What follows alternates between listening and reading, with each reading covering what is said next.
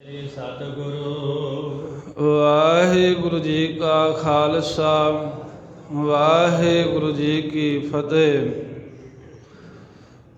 ਪਰਮ ਸਨਮਾਨਯੋਗ ਚਵਰ ਛਤਰ ਤਖਤ ਦੇ ਮਾਲਕ ਅਨਾਥ ਨਾਥ ਦਿਆਲ ਕਿਰਪਾਲ ਕਲਯੁਗ ਕੇ ਜੋਹਤ ਬੋਹਿਤ ਸ਼ਬਦਾ ਅਵਤਾਰ ਧੰਨ ਧੰਨ ਆਜ ਸ੍ਰੀ ਗੁਰੂ ਗ੍ਰੰਥ ਸਾਹਿਬ ਮਹਾਰਾਜ ਜੀ ਦੇ ਪਰਮ ਪਵਿੱਤਰ ਸਤ ਸੰਗਤ ਹਜ਼ੂਰੀ ਦੇ ਅੰਦਰ ਨਾਵੇਂ ਪਾਤਸ਼ਾਹ ਸ਼ਾਂਤੀ ਦਾ ਸਰੂਪ ਧਰਮ ਰੱਖਿਅਕ ਡੁੱਬਦੇ ਬੇੜੇ ਬੰਨੇ ਲਾਉਣ ਹਾਰੇ ਸ਼ਹੀਦ ਸਤਿਗੁਰੂ ਧੰਨ ਧੰਨ ਸ੍ਰੀ ਗੁਰੂ ਤੇਗ ਬਹਾਦਰ ਸਾਹਿਬ ਮਹਾਰਾਜ ਜੀ ਦੇ ਮਹਾਨ ਪਾਵਨ ਪਵਿੱਤਰ ਭਜਨ ਬੰਦਗੀ ਅਸਥਾਨ ਗੁਰਦੁਆਰਾ ਸ੍ਰੀ ਭੋਰਾ ਸਾਹਿਬ ਜੀ ਪਾਤਸ਼ਾਹੀ ਨੌਵੀਂ ਵਿਖੇ ਸਤਿਗੁਰੂ ਸਾਹਿਬ ਜੀ ਦੇ ਸੁੰਦਰ ਸਜੇ ਹੋਏ ਦੀਵਾਨਾਂ ਦੇ ਵਿੱਚ ਸੋਹਣੇ ਦਰਬਾਰਾਂ ਅਸਥਾਨਾਂ ਦੇ ਉੱਤੇ ਸੰਧਿਆ ਦੇ ਸਮੇਂ ਦੇ ਸਜੇ ਹੋਏ ਦੀਵਾਨਾਂ ਵਿੱਚ ਗੁਰ ਇਤਿਹਾਸ ਦੀ ਕਥਾ ਵਿਚਾਰ ਸਰਵਣ ਕਰਨ ਵਾਸਤੇ ਇਕੱਤਰ ਹੋਏ ਗੁਰੂ ਪਿਆਰੀ ਖਾਲਸਾ ਸਾਧ ਸੰਗਤ ਜੀਓ। ਸਤਿਗੁਰੂ ਗਰੀਬ ਨਵਾਜ ਸੱਚੇ ਪਾਤਸ਼ਾਹ ਬਾਜਾਂ ਵਾਲੇ ਨੀਲੇ ਦੇ ਸ਼ਾਹ ਸਵਾਰ ਧੰਨ ਧੰਨ ਸ੍ਰੀ ਗੁਰੂ ਗੋਬਿੰਦ ਸਿੰਘ ਸਾਹਿਬ ਮਹਾਰਾਜ ਦੇ ਜੀਵਨ ਦੇ ਇਤਿਹਾਸ ਦੇ ਪ੍ਰਸੰਗ ਆਪਾਂ ਸਰਵਣ ਕਰ ਰਹੇ ਹਾਂ। ਕੱਲ੍ਹ ਆਪ ਜੀ ਨੇ ਸਾਖੀ ਸਰਵਣ ਕੀਤੀ ਹੈ ਵੀ ਸਰਮੌਰ ਰਿਆਸਤ ਨਾਹਨ ਰਾਜਧਾਨੀ ਦੇ ਵਿੱਚ ਜੋ ਰਾਜਾ ਮੇਦਨੀ ਪ੍ਰਕਾਸ਼ ਰਾਜ ਕਰਦਾ ਏ, ਉਹਨੇ ਕਿਸੇ ਸਿੱਖ ਦੇ ਕੋਲੋਂ ਦਸਮ ਪਾਤਸ਼ਾਹ ਦੀ ਮਹਿਮਾ ਸੁਣੀ ਹੈ ਵੀ ਸਤਿਗੁਰੂ ਸਾਹਿਬ ਜੀ ਬੜੇ ਵੱਡੇ ਸ਼ਸਤਰਧਾਰੀ ਯੋਧੇ ਹਨ। ਚਾਰ ਚਾਰ ਕੋਹ ਤੀਕਰ ਸਤਿਗੁਰਾਂ ਦਾ ਤੀਰ ਚੀਰਦਾ ਹੋਇਆ ਲੰਘ ਜਾਂਦਾ ਹੈ। ਮਹਾਰਾਜ ਸਾਹਿਬ ਸੱਚੇ ਪਾਤਸ਼ਾਹ ਅਜਮਤਾਂ ਸ਼ਕਤੀਆਂ ਦੇ ਮਾਲਕ ਨੇ। ਸਤਿਗੁਰਾਂ ਅੱਗੇ ਆ ਕੇ ਸਾਰਾ ਜਹਾਨ ਝੁਕਦਾ ਹੈ। ਐਸੇ ਸਤਿਗੁਰਾਂ ਨਾਲ ਭੀਮ ਚੰਦ ਵੈਰ ਵਿਰੋਧ ਕਰ ਰਿਹਾ ਏ, ਤੇ ਕਿਉਂ ਨਾ ਹੋਵੇ ਉਹਨਾਂ ਸਤਿਗੁਰਾਂ ਨੂੰ ਮੈਂ ਆਪਣੀ ਰਿਆਸਤ ਵਿੱਚ ਸੱਦਾਂ, ਇੱਥੇ ਮਹਾਰਾਜ ਚਰਨ ਪਾਉਣ। ਇੱਕ ਤਾਂ ਜਿਹੜਾ ਮੇਰੇ ਨੇੜੇ ਦਾ ਰਾਜਾ ਹੈ ਫਤਿਹ ਸ਼ਾਹ, ਉਹ ਮੇਰਾ ਰਾਜ ਭਾਗ ਦੱਬਣ ਨੂੰ ਫਿਰਦਾ ਹੈ, ਤੇ ਬਾਬਾ ਰਾਮ ਰਾਏ ਉਹਦੀ ਮਦਦ ਕਰਦਾ।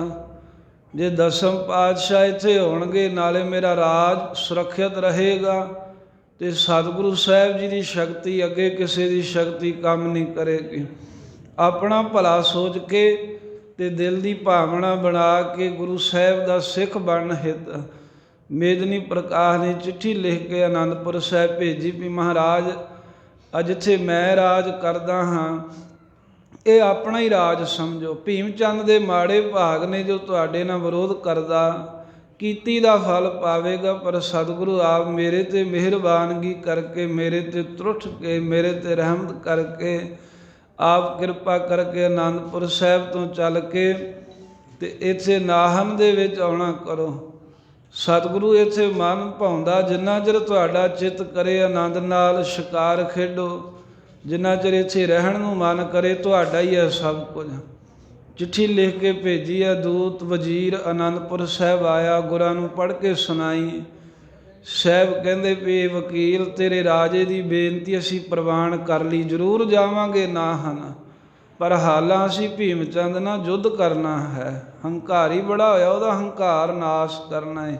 ਅਫਰੇਵਾ ਬੜਾ ਚੜ੍ਹਿਆ, ਉਹਦਾ ਫਰੇਵਾ ਕੱਢਾਂਗੇ ਫੇਰ ਆਵਾਂਗੇ।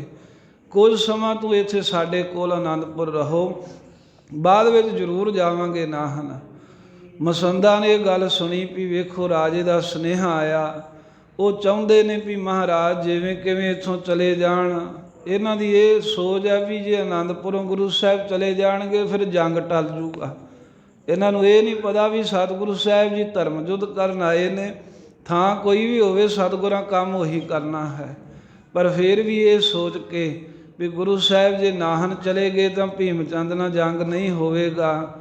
ਮਾਤਾ ਜੀ ਦੇ ਕੋਲ ਆਏ ਨੇ। ਮਾਤਾ ਜੀ ਹੁਣ ਮੌਕਾ ਮਿਲਿਆ, ਸਤਿਗੁਰੂ ਜੀ ਨੂੰ ਸਮਝਾਓ। ਵੀ ਨਾਹਨ ਚਲੇ ਜਾਣ ਇੱਕ ਰਾਂ ਦਰਸ਼ਨ ਮੇਲੇ ਕਰਨ। ਮਾਤਾ ਜੀ ਕਹਿੰਦੇ ਇਉਂ ਕਰੋ, ਤੁਸੀਂ ਦੀਵਾਨ ਆਨੰਦ ਚੰਦ ਨੂੰ, ਸੰਗੋ ਸ਼ਾਹ, ਅਜੀਤ ਮੱਲ, ਇਹਨਾਂ ਪੰਜਾਂ ਭਰਾਵਾਂ ਨੂੰ ਅਤੇ ਫਿਰ ਨਾਲ ਮੇਰੇ ਭਾਈ ਕਿਰਪਾਲ ਚੰਦ ਹੋਰ ਨਿਕਟਵਰਤੀ ਸਿੱਖਾਂ ਨੂੰ ਇੱਕ ਸੁਰ ਦੇ ਵਿੱਚ ਇਕੱਠਿਆਂ ਕਰਕੇ ਤੇ ਸਾਰੇ ਹੀ ਬੇਨਤੀ ਕਰੀਏ ਮਹਾਰਾਜ ਨੂੰ ਵੀ ਸਤਿਗੁਰੂ ਜੀ ਨਾਹਨ ਚੱਲੀਏ। ਗੱਲ ਮੈਂ ਮਾਤਾ ਕਹਿੰਦੀ ਤੁਰਾਂਗੀ, ਬਾਕੀ ਤੁਸੀਂ ਨਾਲ ਫਿਰ ਸਾਰੇ ਵਾਰੀ ਵਾਰੀ ਹਾਮੀ ਭਰਿਓ। ਇਵੇਂ ਸਲਾਹ ਕੀਤੀ ਹੈ ਵੀ ਸਤਿਗੁਰੂ ਸਾਹਿਬ ਜੀ ਨੂੰ ਕਹਿ ਕਹਾ ਕੇ ਕਰਾਂ ਨਾਹਨ ਲੈ ਚੱਲਦੇ ਆ, ਫਿਰ ਕਹਿੰਦੇ ਵੀ ਸ਼ਾਂਤੀ ਹੋ ਜੂ, ਜੰਗ ਨਹੀਂ ਹੋਊਗਾ। ਇਹ ਨਾ ਮਸੰਦਾਂ ਦੀ ਸੋਚ ਹੈ। ਸੋ ਇੱਥੋਂ ਤੱਕ ਪ੍ਰਸੰਗ ਆਪਾਂ ਕੱਲ੍ਹ ਸਰਵਣ ਕੀਤੇ ਨੇ। ਤੋਂ ਅੱਗੇ ਜਿਵੇਂ ਗੁਰੂ ਸਾਹਿਬ ਜੀ ਨੂੰ ਮਾਤਾ ਜੀ ਬੇਨਤੀ ਕਰਦੇ ਹਨ, ਹੋਰ ਸਿੱਖ ਕਹਿੰਦੇ ਨੇ, ਤੇ ਸਤਿਗੁਰੂ ਸਾਹਿਬ ਜੀ ਜਿਵੇਂ ਜਾਣ ਵਾਸਤੇ ਹਾਮੀ ਭਰਦੇ। ਇਹ ਬਾਜਾਂ ਵਾਲੇ ਚੋਜੀ ਪ੍ਰੀਤਮ ਸਤਿਗੁਰੂ ਜੀ ਦਾ ਪਵਿੱਤਰ ਇਤਿਹਾਸ ਸਰਵਣ ਕਰਨ ਵਾਸਤੇ ਆਓ ਮਹਾਰਾਜ ਦੇ ਵੀਰ ਅਸੀਂ ਤਿਆਰ ਬਰ ਤਿਆਰ ਸਰੂਪ ਦੇ ਦਰਸ਼ਨ ਕਰੋ। ਮਹਾਰਾਜ ਤਿਆਰ ਬਰ ਤਿਆਰ ਨੇ ਕਮਰ ਕੱਸਾ ਕੀਤਾ ਏ, ਸ੍ਰੀ ਸਾਹਿਬ ਗਾਤਰੇ ਹੈ, ਹੀਰੇ ਦਾ ਸੋਨੇ ਦਾ ਮੁੱਠਾ ਹੈ, ਹੀਰਿਆਂ ਦੀ ਜੜਤ ਹੈ, ਕਠੋਰ ਧਨਖ ਹੱਥ ਵਿੱਚ ਹੈ, ਪੱਥਾ ਮਹਾਰਾਜ ਸਾਹਿਬ ਦੇ ਮੋਢੇ 'ਤੇ ਹੈ, ਢਾਲਾ ਲਾਇਆ ਏ, ਰਾਮ ਜੰਗਾ ਕਮਰ ਕੱਸੇ ਵਿੱਚ ਹੈ, ਕਲਗੀ ਉੱਚੀ ਝੂਲ ਰਹੀ ਹੈ, ਦਸਤਾਰ ਸ਼ੋਭਾ ਪਾ ਰਹੀ ਹੈ। ਐਸੇ ਤਿਆਰ ਬਰ ਤਿਆਰ ਸਤਿਗੁਰੂ ਮਹਾਰਾਜ ਦਾ ਸਰੂਪ ਵਸਾਓ ਦਿਲ ਵਿੱਚ। ਲਵਾਓ ਹਾਜ਼ਰੀ, ਆਖੋ ਸਤਨਾਮ ਸ੍ਰੀ ਵਾਹਿਗੁਰੂ, ਸਤਨਾਮ ਸ੍ਰੀ ਵਾਹਿਗੁਰੂ ਸਾਹਿਬ ਜੀ। ਸਤਨਾਮ ਸ੍ਰੀ ਵਾਹਿਗੁਰੂ ਸਾਹਿਬ ਜੀ। ਦੋਹਰਾ ਅਗਲੇ ਦਿਨ ਸ੍ਰੀ ਸਤਿਗੁਰੂ। ਧੰਨ ਧੰਨ ਸ੍ਰੀ ਗੁਰੂ ਗੋਬਿੰਦ ਸਿੰਘ ਮਹਾਰਾਜ ਸੱਚੇ ਪਾਤਸ਼ਾਹ। ਜਿਸ ਦਿਨ ਗੁਰਾਂ ਦੇ ਪਾਸ ਵਕੀਲ ਆਇਆ ਨਾਹਨ ਰਾਜੇ ਮੇਦਨੀ ਪ੍ਰਕਾਸ਼ ਦਾ, ਉਹ ਦਿਨ ਤਾਂ ਗੁਜ਼ਰ ਗਿਆ, ਉਹ ਦਿਨ ਲੰਘ ਗਿਆ। ਮਸੰਦਾਂ ਨੇ ਵੀ ਮਿਲ ਗਿਲ ਕੇ ਸਾਰਿਆਂ ਨੂੰ ਆਪਣੇ ਨਾਲ ਸਲਾਹ ਕਰਕੇ ਗੰਢਿਆ ਵੀ ਚਲੋ ਇੱਕ ਵਾਰ ਨਾਹਨ ਜਾਵਾਂਗੇ ਜੇ ਤੁਸੀਂ ਵੀ ਸਾਡੀ ਹਾਮੀ ਭਰੋਗੇ। ਅਗਲਾ ਦਿਨ ਹੋਇਆ ਤਾਂ ਸ਼੍ਰੋਮਣੀ ਸਤਿਗੁਰੂ ਗੁਰੂ ਗੋਬਿੰਦ ਸਿੰਘ ਮਹਾਰਾਜ ਜੀ, ਜਿੱਥੇ ਸੋਹਣਾ ਮਹਾਰਾਜ ਦਾ ਸਦਨ ਘਰ ਬਣਿਆ ਹੈ, ਗੁਰੂ ਕੇ ਮਹਿਲ ਕਹਿ ਲਓ ਜਾਂ ਜਿੱਥੇ ਹੁਣ ਭੋਰਾ ਸਾਹਿਬ ਸਥਾਨ ਹੈ, ਉਸ ਸਥਾਨ ਦੇ ਉੱਤੇ ਗਰੀਬ ਨਵਾਜ ਮਹਾਰਾਜ ਘਰ ਦੇ ਵਿੱਚ ਬਿਰਾਜਮਾਨ ਨੇ, ਸੁਭਾਏਮਾਨ ਹੋ ਰਹੇ ਹਨ। ਬਹੁਤੀਆਂ ਹੀ ਸਲਾਹਾਂ ਕਰਕੇ ਜਿੰਨੇ ਵੀ ਮਸੰਦ ਸਨ, ਜਾਂ ਬਹੁਤੇ ਦੇ ਥਾਂ ਦੇ ਉੱਤੇ ਮਸਲਤ ਕਰ ਪਹੁੰਚੇ ਸਕਲ, ਸਲਾਹ ਕਰਕੇ ਕਹਿੰਦੇ ਵੀ ਜਿੰਨੇ ਵੀ ਮਸੰਦ ਸਨ ਸਾਰੇ ਹੀ ਗੁਰੂ ਮਹਾਰਾਜ ਜੀ ਦੇ ਕੋਲ ਆਣ ਪਹੁੰਚੇ। ਕਮਲ ਵਰਗੇ ਚਰਨ ਨੇ ਮਹਾਰਾਜ ਸਾਹਿਬ ਦੇ। ਜਿਹੜਾ ਸਿੱਖ ਭੌਰਾ ਬਣ ਕੇ ਆਉਂਦਾ ਉਹਨੂੰ ਆਨੰਦ ਦਿੰਦੇ ਹਨ। ਉਹ ਕਮਲ ਦਾ ਫੁੱਲ ਤਾਂ ਹਾਲਾਂ ਵੀ ਮੁਰਝਾ ਜਾਂਦਾ ਹੈ ਰਾਤ ਨੂੰ, ਪਰ ਸਤਿਗੁਰੂ ਸਾਹਿਬ ਜੀ ਦੇ ਚਰਨ ਸਦਾ ਹੀ ਇੱਕ ਰਸ ਖਿੜੇ ਰਹਿੰਦੇ, ਸਿੱਖਾਂ ਨੂੰ ਆਨੰਦ ਬਖਸ਼ਦੇ ਨੇ। ਮਹਾਰਾਜ ਦੇ ਚਰਨ ਕਮਲਾਂ ਦੇ ਉੱਤੇ ਨਮਸਕਾਰ ਕੀਤੀ ਆ ਕੇ। ਜਦੋਂ ਮਸਾਂਦੇ ਆਣ ਕੇ ਬੈਠ ਗਏ, ਜਿਵੇਂ ਪਹਿਲਾਂ ਹੀ ਸਲਾਹ ਕੀਤੀ ਸੀ, ਇੰਨੇ ਨੂੰ ਸ੍ਰੀ ਮਾਤਾ ਗੁਜਰੀ ਜੀ ਵੀ ਆ ਗਏ ਚੱਲ ਕੇ ਗੁਰਾਂ ਦੇ ਪਾਸ। ਧੰਨ ਗੁਰੂ ਕਲਗੀਧਰ ਸਾਹਿਬ ਮਹਾਰਾਜ ਭਾਵੇਂ ਗੁਰਿਆਈ ਦੇ ਤਖਤ ਤੇ ਬਿਰਾਜਮਾਨ ਨੇ, ਪਰ ਆਪਣੀ ਮਾਤਾ ਜੀ ਦਾ ਅਦਬ ਕਰਦਿਆਂ ਹੋਇਆਂ ਸਤਿਗੁਰਾਂ ਨੇ ਉੱਚੇ ਥਾਂ ਤੇ ਮਾਤਾ ਜੀ ਦਾ ਆਸਣ ਲਵਾਇਆ, ਬਿਠਾਇਆ। ਦੀਵਾਨ ਆਨੰਦ ਚੰਦ ਜੀ ਜੋ ਸਾਰੀ ਫੌਜ ਦੇ ਮੁਖੀ ਕੀਤੇ ਨੇ ਮਹਾਰਾਜ, ਜੋ ਮਹਾਰਾਜ ਸਾਹਿਬ ਜੀ ਨੇ ਕਮਾਂਡਰ ਕੀਤੇ ਹਨ, ਉਹ ਵੀ ਕਲਗੀਧਰ ਸਾਹਿਬ ਦੇ ਪਾਸ ਬੈਠਾ ਹੈ। ਪੰਜੇ ਭਰਾ ਬੀਬੀ ਵੀਰੋ ਜੀ ਦੇ ਪੁੱਤਰ ਸੰਗੋ ਸ਼ਾਹ, ਅਜੀਤ ਮੱਲ ਆਦਿਕ ਮਹਾਰਾਜ ਦੇ ਪਾਸ ਬੈਠੇ ਹਨ। ਜਿਨ੍ਹਾਂ ਗੁਰ ਸਿੱਖਾਂ ਦਾ ਮਨ ਗੁਰਾਂ ਦੇ ਚਰਨਾਂ ਵਿੱਚ ਰੰਗਿਆ ਗਿਆ, ਗੁਰਾਂ ਤੋਂ ਬਾਝੋਂ ਜਿਉਂਦੇ ਨਹੀਂ, ਸਾਹ ਨਹੀਂ ਲੈਂਦੇ ਸੁੱਖ ਦਾ। ਇਸ ਤਰ੍ਹਾਂ ਸਹਿਜੇ ਸਹਿਜੇ ਸਾਰੇ ਮਸੰਦ ਵੀ ਮਹਾਰਾਜ ਲਾਗੇ ਬੈਠ ਗਏ। ਸੂਰਮੇ ਬੈਠੇ ਨੇ, ਸ੍ਰੀ ਮਾਤਾ ਗੁਜਰੀ ਜੀ ਕਲਗੀਧਰ ਮਹਾਰਾਜ ਪਾਸ ਬੈਠੇ ਹਨ। ਤੇ ਸਭ ਗੁਰਸਿੱਖਾਂ ਦੀ ਦ੍ਰਿਸ਼ਟੀ ਜੋ ਹੈ ਉਹ ਗੁਰੂ ਕਲਗੀਧਰ ਮਹਾਰਾਜ ਵੱਲ ਲੱਗੀ ਹੈ, ਸਤਿਗੁਰਾਂ ਦੇ ਵੱਲ ਤੱਕ ਰਹੇ ਨੇ। ਬਹੁ ਸੋਤਾ ਸਨੇਹ ਸੋ ਮਾਨੀ। ਤੇ ਸ੍ਰੀ ਮਾਤਾ ਜੀ ਬੜੇ ਪਿਆਰ ਦੇ ਨਾਲ, ਜਿਹੜਾ ਮਾਵਾਂ ਦਾ ਪੁੱਤਾਂ ਨਾਲ ਪਿਆਰ ਹੁੰਦਾ, ਇਸ ਤਰ੍ਹਾਂ ਦੇ ਸਨੇਹ ਦੇ ਨਾਲ, ਪ੍ਰੇਮ ਦੇ ਨਾਲ ਮਿਲੀ ਹੋਈ ਮਾਂ ਗੁਜਰੀ। ਇੱਕ ਮਾਤਾ ਬਾਤ ਬਖਾਨੀ। ਆ ਮਾਤਾ ਵੇਖ ਕੇ ਸਤਿਗੁਰੂ ਸਾਹਿਬ ਜੀ ਨੂੰ ਤੇ ਉਸ ਵੇਲੇ ਸਤਿਗੁਰਾਂ ਨਾਲ ਗੱਲਬਾਤ ਤੋਰੀ, ਬਚਨ ਬਲਾਸ ਆਰੰਭ ਕੀਤਾ। ਪੁੱਤਰ ਕਹੋ ਕਹਿ ਪਾਤੀ। ਮਾਤਾ ਜੀ ਕਹਿਣ ਲੱਗੇ, ਹੇ ਪੁੱਤਰ ਸ੍ਰੀ ਗੁਰੂ ਗੋਬਿੰਦ ਸਿੰਘ ਸਾਹਿਬ ਜੀ, ਆ ਸਿੱਖ ਆ ਸਾਰੇ ਹੀ ਚਿੱਠੀਆਂ ਦੀਆਂ ਗੱਲਾਂ ਕਰ ਰਹੇ ਨੇ ਵੀ ਚਿੱਠੀ ਆਈ ਹੈ, ਕੱਲ ਚਿੱਠੀ ਆਈ ਹੈ। ਮੈਂ ਮਾਂ ਨੂੰ ਵੀ ਦੱਸੋ ਹਾਂ ਪੁੱਤਰ, ਕਿਹੜੀ ਚਿੱਠੀ ਆਈ ਹੈ, ਕੱਲ ਕਿੱਥੋਂ ਆਈ ਹੈ। ਆ ਸਾਰੇ ਕਹਿੰਦੇ ਵੀ ਰਾਜੇ ਨੇ ਚਿੱਠੀ ਲਿਖ ਕੇ ਭੇਜੀ ਹੈ। ਮਾਤਾ ਜੀ ਨੇ ਢੰਗ ਤਰੀਕੇ ਨਾਲ ਬਚਨ ਤੋਰਿਆ ਤੇ ਕਹਿਣ ਲੱਗੇ, ਮਹਾਰਾਜ ਉਹ ਦੱਸੋ ਵੀ ਚਿੱਠੀ ਕਿੱਥੋਂ ਆਈ ਹੈ, ਕਿਹੜੇ ਰਾਜੇ ਨੇ ਲਿਖ ਕੇ ਤੇ ਆਪ ਜੀ ਦੇ ਕੋਲ ਭੇਜੀ ਹੈ, ਤੇ ਭੇਜਣ ਦਾ ਉਹਦੇ ਵਿੱਚ ਕਾਰਨ ਕੀ ਹੈ, ਵੀ ਤੁਹਾਨੂੰ ਪੱਤਰਕਾ ਕਿਉਂ ਲਿਖੀ ਹੈ।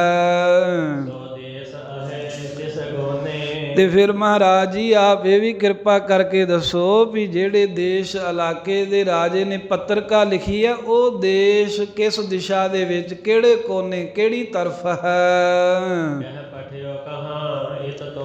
ਤੇ ਮਹਾਰਾਜ ਮੈਨੂੰ ਆਪਣੀ ਮਾਤਾ ਨੂੰ ਵੀ ਦੱਸੋ ਵੀ ਉਹਨੇ ਚਿੱਠੀ ਦੇ ਵਿੱਚ ਆਪ ਜੀ ਨੂੰ ਕੀ ਲਿਖ ਕਰਕੇ ਭੇਜਿਆ ਹੈ, ਪੱਤਰਕਾ 'ਚ ਕੀ ਸੁਨੇਹਾ ਲਿਖਿਆ ਹੈ। ਜਦੋਂ ਕਲਗੀਧਰ ਮਹਾਰਾਜ ਜੀ ਨੇ ਮਾਤਾ ਜੀ ਦਾ ਵਚਨ ਸੁਣਿਆ ਤਾਂ ਆਪਣੀ ਮਾਤਾ ਜੀ ਨੂੰ ਦੱਸਣ ਵਾਸਤੇ ਦਸਮ ਪਾਤਸ਼ਾਹ ਬੋਲੇ ਹਨ। ਮਹਾਰਾਜ ਦੇ ਦੰਦ ਏਦਾਂ ਸੋਹਣੇ ਨੇ ਜਿਵੇਂ ਕਹਿੰਦੇ ਵੀ ਉੱਜਲ ਹੀਰੇ ਹਨ, ਤੇ ਮੁਖਾਰ ਬਿੰਦ ਏਦਾਂ ਜਿਵੇਂ ਖਿੜਿਆ ਹੋਇਆ ਕਮਲ ਹੈ। ਕਮਲ ਵਰਗੇ ਮੁਖਾਰ ਬਿੰਦ ਤੋਂ ਹੀਰੇ ਵਰਗੇ ਦੰਦ ਜਿਹੜੇ ਦਿਖੇ ਨੇ ਜਦੋਂ ਸਤਿਗੁਰਾਂ ਵਚਨ ਕੀਤਾ।